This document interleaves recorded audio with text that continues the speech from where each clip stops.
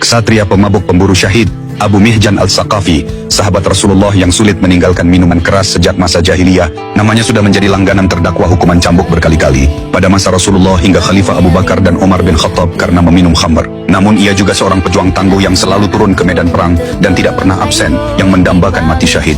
Pada masa Khalifah Umar bin Khattab terjadi peperangan melawan bangsa Persia di Qadisiyah. Umar menunjuk Sa'ad bin Abi Waqqash sebagai panglima dengan pasukan 4.000 orang menghadapi 130.000 pasukan Persia dipimpin Rustum. Berita ini terdengar oleh Abu Mihjan, namun karena dia seorang pemabuk, Khalifah Umar menyuruh agar dia diasingkan sebagai hukuman tambahan. Namun, Abu Mihjan tak tinggal diam. Ia kabur dari pengasingan dan menyusul pasukan muslim ke medan perang. Setibanya di Qadisiyah, ia meminta izin Sa'ad bin Abi Waqqash untuk berperang dan diperbolehkan. Sa'ad bin Abi Waqqash tidak dapat terjun langsung ke medan pertempuran karena menderita bisul di sekujur tubuhnya dan hanya bisa mengomandoi dan memberi arahan pasukan dari sebuah tenda di dataran agak tinggi. Peperangan akhirnya pecah. 4.000 pasukan muslim melawan 130.000 pasukan Persia. Tentu bukan hal mudah membuat pasukan muslim kewalahan, terutama karena pasukan Persia memakai strategi menggunakan gajah untuk menakuti kuda perang yang ditunggangi kaum muslimin, sehingga tidak berani maju. Setelah pertarungan sengit, akhirnya kedua belah pihak menarik mundur pasukan untuk beristirahat. Saat pasukan mundur, godaan khamr atau minuman keras menghampiri Abu Mihjan. Tak kuasa menahan diri, ia meminumnya. Saat yang mengetahui hal itu segera memerintahkan agar ia dikurung.